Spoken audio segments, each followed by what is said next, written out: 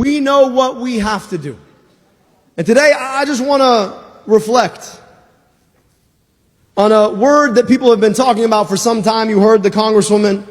You heard our incredible speakers. And by the way, can we have one more round of applause for our incredible speakers today? Folks who've been leading the fight all over this state in the upper Midwest for a very long time, leading that fight. And the word is electability. You heard that word? It's one of those many syllable words that nobody really has one definition for. Now, the simplest definition for the idea of electability is that you get elected, but they only ever use the word if you haven't been elected before. And it's a word that gets used to highlight things about you that you can't quite refute. Electability. My whole name is Abdul Muhammad El-Sayed. That's the whole name. My first name alone has 11 letters in it. It's got sounds that come out of parts of people's throats they don't know they have. And for most of my life, I thought my name meant that I would be fundamentally unelectable. Because my whole life I had mentors and people who met me say, someday you'll run for office. And I'd be like, did you see my name though? And it happened at my college graduation. I tell this speech sometimes on the stump. I was the valedictorian in my class at Michigan, got to give the student commencement speech. A real honor.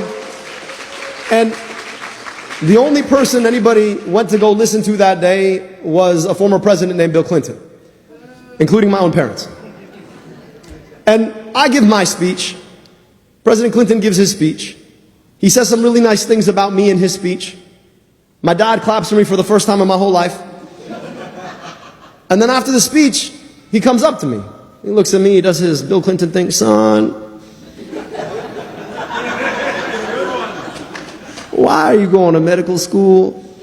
I said, I'm brown and Muslim, that's what we do. But I love science and I love people, and this is how I want to serve. He said, that's great, but you got a gift for speaking. Maybe someday you'll run for office. I literally just laughed in his face. I said, Mr. President, really nice of you to say, did you see my name? People like me don't get to run for office. He thought about it for a second, and then he chuckled and walked away. I have thought that I was unelectable for most of my life. I didn't think politics was ever anything that I would do. I became a doctor because I really did want to heal. And at some point, you start to think a little bit about the problems that you want to solve. You're working as Detroit's health director in a health department that they've shut down, despite being the oldest health department in the entire state, 185 years old. You start looking at the decisions that get made and wonder, who's making these decisions? And then Donald Trump got elected, and I said, you know what? If that man can get elected, what the hell does unelectability mean anyway?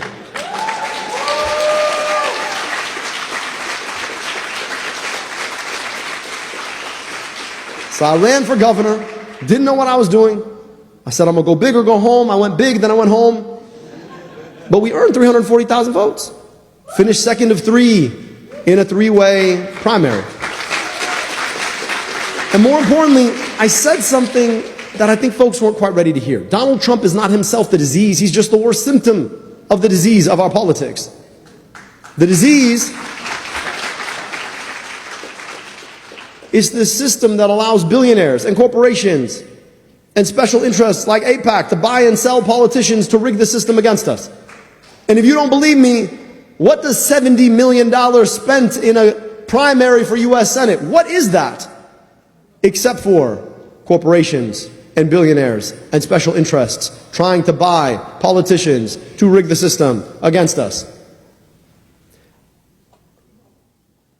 8 years on, Trump has been elected a second time. I'm sitting in my office. They froze federal funds.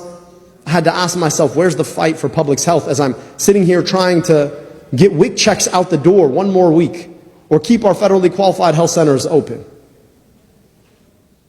And our current U.S. Senator announces that day that he's not seeking re-election.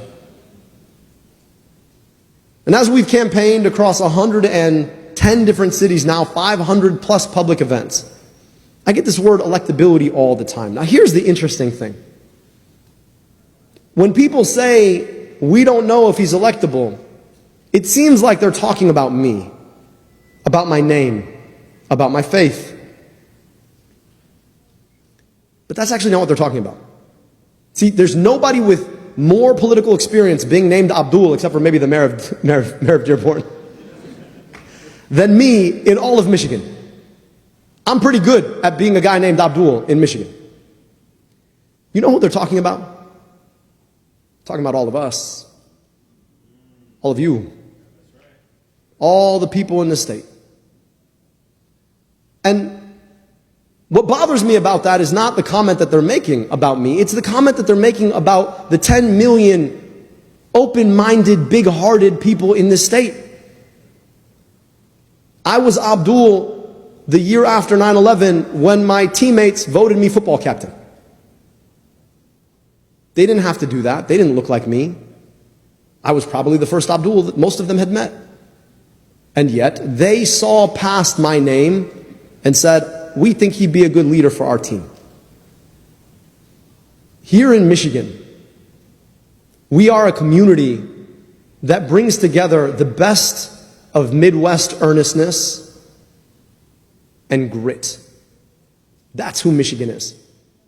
And across the communities that I've visited, places like Kalkaska, places like Escanaba, places like Manistee, right here in Dearborn, Detroit, Grand Rapids, I see that earnestness and grit in people. And I also see a politics that has betrayed them so much. And on this campaign, we've taken the time to go and listen to people, to understand their challenges, to recognize the pain they feel when they have to pay a bill they can't. When they go to the grocery store and their kid says, can we get that? And they say, I don't know if we have the money for that. When they drop their kids off at school and wonder why that school looks exactly like it did when they went there. When they drive over that same pothole over and over and over again. Michigan's earnestness and grit, they've been betrayed by the politicians who say they serve us. And so as I've traveled the state, taking the time to listen and learn and pay attention to the problems people have and share ideas about what we can do to address their problems, you know what people don't ask? How do you pray? But I have been asked, what do you pray for? People don't care as much about my name. They care if I care to remember their name. I say this in Dearborn, where a lot of folks happen to share an ethnicity with me. The experience of being an Arab and a Muslim in Michigan is the experience of consistently watching as your state uplifts and empowers and embraces you. That's been my experience. And so I get real pissed off when they say, oh, you're unelectable because your name is Abdul. Because for me, I push back and say, you don't know Michigan like I know Michigan. You don't know Michiganders like I know Michiganders. You don't know what our state needs and deserves like I know what our state needs and deserves. You haven't listened to Michiganders and what they need. And if you think the best possible politics for a people as earnest and as gritty as Michiganders are, is a politics that sells them off to the highest bidder, whether it's DTE or Blue Cross or Big Tech or Big Pharma, whether it's APAC,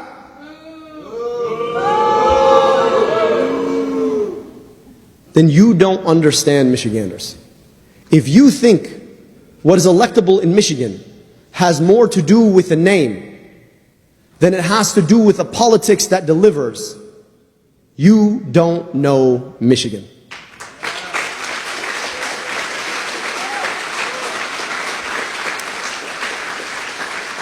So Michigan, here's where we are.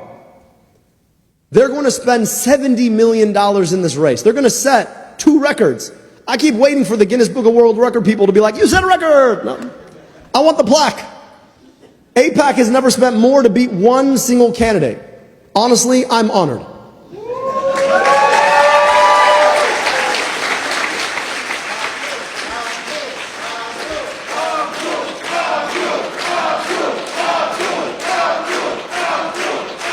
And Beyond AIPAC, the big corporations who are funding all of these other super PACs, collectively they've set another record. More money spent in a senatorial primary than ever before in history.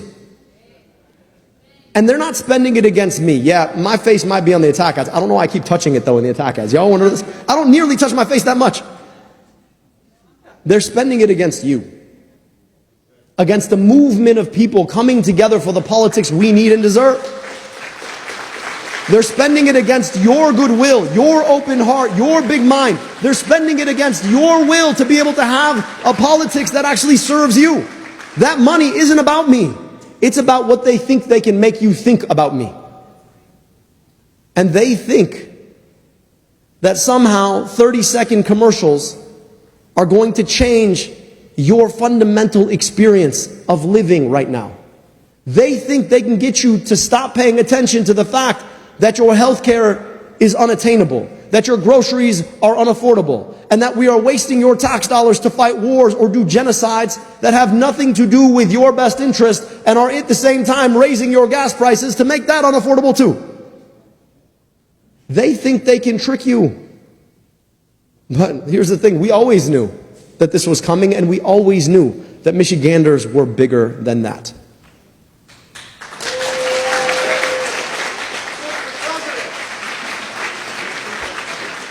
So here's where we are. We've got 3 days left. I don't know even how to count this. Like, do you count today? Do you count election day? I don't even know. It's 3-4 days. I take counting way too seriously. We've got tomorrow, Sunday, and Monday to get out the vote. And we've got to make a point. I know you've probably seen the polls. Polls don't vote, people vote. Don't pay any attention to those polls.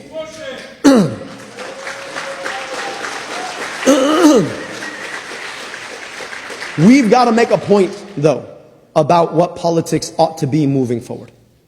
So my ask of you is that beyond the $70 million in lies that they've spent, the $70 million attempting to drag us into the most cynical politics, beyond the $70 million in ad after ad after ad, they got money, we got the many. And I am asking you to put yourself into this movement every day for the next 3 days and the next 13 weeks after that. Because if you've watched those ads and thought to yourself, how cynical do they think this is? Your answer has to be in the hope that you bring to those doors or those phone calls for the next 3 days. Our politics are so much bigger than being dragged in the mud in ads. Our politics are about the ability to look someone in the eye and have an honest conversation about who we are and who we want to be. We get the opportunity to do that for the next 3 days.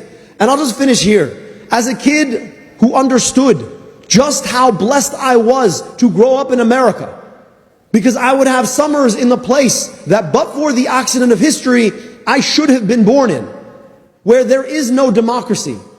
Our democracy is only as good as the choices we make to use it.